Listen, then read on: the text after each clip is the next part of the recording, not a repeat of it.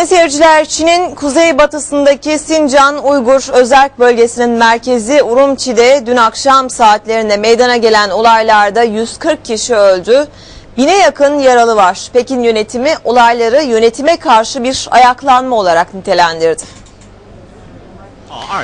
Dün akşam meydana gelen olaylarda protestocular kent sokaklarını kapattı, araçları ateşe verdi ve polisle çatıştı.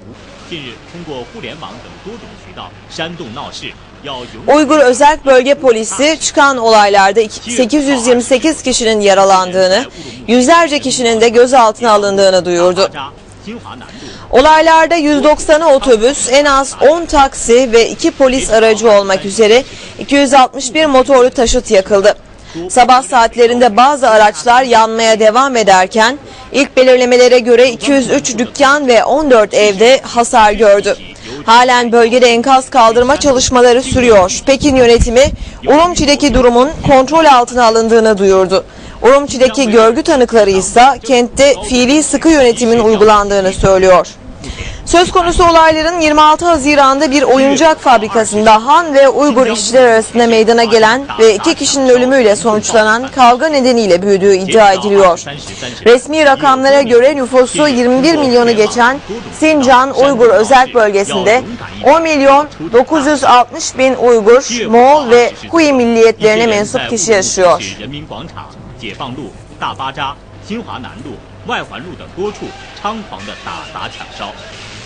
截止到23时30分，部分群众和武警受伤，多部车辆被烧毁，多家商店被砸被烧。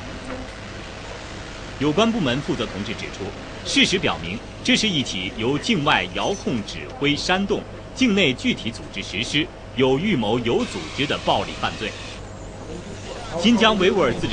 Evet sayın seyirciler, görüntüler 140 kişinin hayatını kaybettiği, 1000'e yakında yaralı bulunan Çin'in kuzeybatısındaki Sincan Uygur Özerk Bölgesi'nden ekranlarınıza geliyor. Adeta bir savaş alanına dönmüş durumda.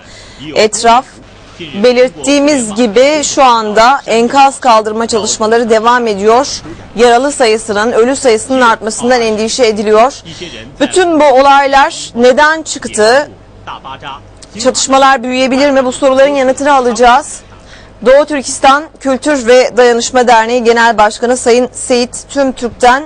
Efendim hoş geldiniz yayınımıza. Hoş bulduk efendim. Teşekkür ediyorum Sky Televizyonu'na. Evet, hemen soralım. Siz bu olayı nasıl değerlendiriyorsunuz? Hanımefendi, ben öncelikle bütün insanlığın başı sağ olsun diyorum. Doğu Türkistan'daki Müslüman Türkler bugün 1 milyar 300 milyonluk bir devin katliamıyla karşı karşıya. Bu olayın tabii ki tarihi süreci var. Tarihi süreç şudur. Tarihte Türklerle Çinliler arasındaki 5000 yıllık mücadelenin bir yansımasıdır bu.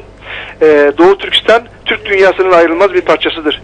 Bugün 35 milyon Müslüman Türk'ün yaşadığı ana vatanımızdır. Bütün dünyadaki Türklerin ilk var olduğu, ilk yaşadığı coğrafyanın ismidir. Bugün Doğu Türkistan 1949'dan beri Çin işgaliyle karşı karşıyadır ve varlık mücadelesi vermeye çalışmaktadır. Doğu Türkistan'da 1933'te ve 1944'te 2 bağımsız Türk devleti kuruldu. Doğu Türkistan, Türkiye'den başka yeryüzünde başka bir Türk Cumhuriyeti'nin bağımsız olarak var olmadığı bir dönemde yanına kardeş olarak bir bağımsız devleti 1933 ve 44'te kurmuştu. Komünist ihtilalle birlikte bu bağımsız devletlerin hayatiyeti sona erdirildi ve işgal süreci ve işgal sürecinden sonra da asimilasyon politikaları gerçekleştirildi. Bugün Doğu Türkistan'da 1940'lı yıllarda %3, %5 civarında olan Çinli göçmen sayısı bugün maalesef üzülerek söylüyorum %50, %60, %70 çoğunluğu elde etmiş durumda. Ürümçi dediğimiz Doğu Türkistan'ın başkentinde bugün %80 Çinlileştirilmiş durumda.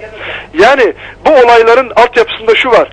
Doğu Türkistan'da 1964'te 1997 yılları arasında 11 yer altında toplam 46 nükleer deneme gerçekleştirildi. Milyonlarca Müslüman Türk katledildi. Doğu Türkistan'da 25 yıldır tek çocuk politikası uygulanıyor. 15 milyon Türk dünyaya gelemedi. Hiçbir yerde hiçbir zalim, hiçbir mazluma böyle bir zulüm reva görmedi. Böyle bir soykırım uygulanmadı.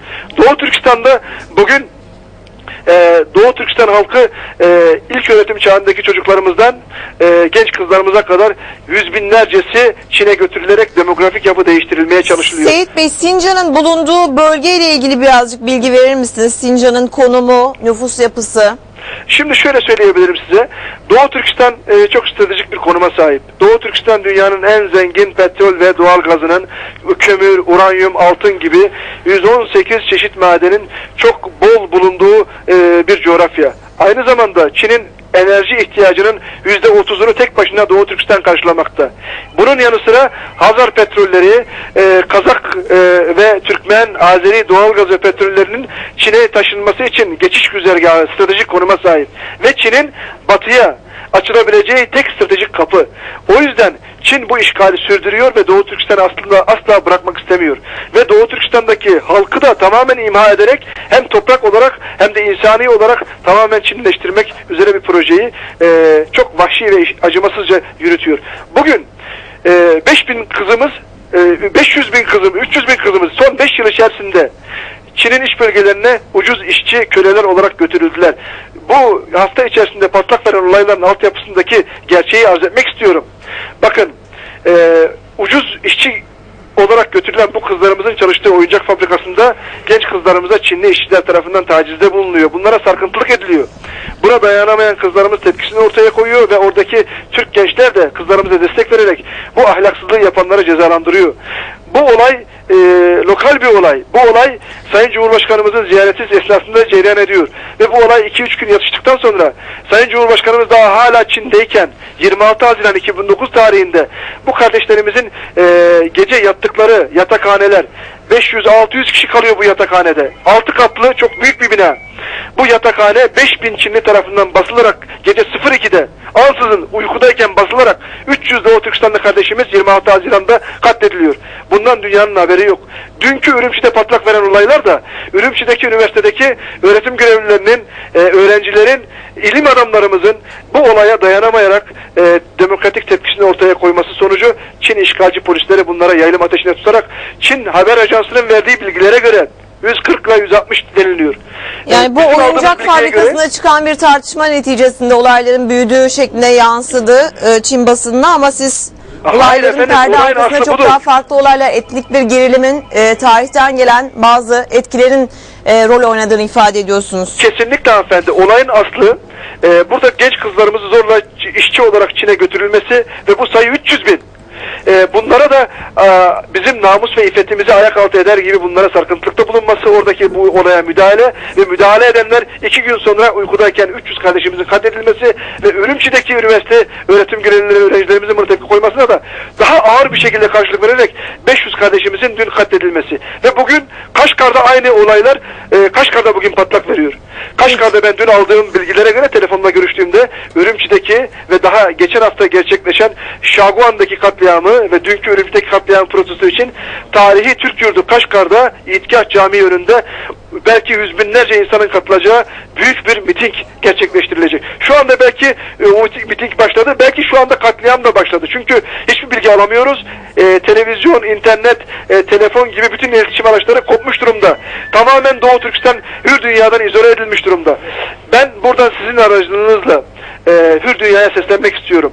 İnsanlık onuru, İnsanlık bir milletin vahşice katledilmesine, tarihten silinmesine göz yummamalıdır. Bugün eğer biz Çin'in bu vahşetine göz yumacak olursak belki tarihte Azteklerden, Mayalardan, Kızılderililerden ve onların medeniyetinden söz edeceğimiz gibi belki Doğu Türkistan'daki Türklerden de acınarak ama maalesef imha edilmiş, elimizden hiçbir şey gelmeyen bir toplum olarak söz etmek durumunda kalacağız. Bu açıdan biz yarın saat 2'de Ankara'da Çin Büyükelçiliği önünde Doğu Türkistan Kültür ve Dayanışma Derneği ve Dünya Uygur Kongresi olarak bir mitingimiz ve basın açıklamamız olacaktır. Bütün Doğu Türkistan dostlarını, ben insanım diyenleri, ben Türk'üm diyenleri, ben Müslümanım diyenleri ve ben insanım diyenleri daha özellikle onu vurgulamak istiyorum. İnsanlık onurunu kurtarmaya ve Doğu Türkistan'daki mazlum kardeşleriyle dayanışmaya davet ediyorum. Seyit Bey teşekkür ediyoruz. Yarın sağ olun. Ankara'da 2'de Ankara'da Çin Elçiliği önünde buluşmak üzere. Allah'a emanet olun. Peki teşekkür ediyoruz Seyit Bey.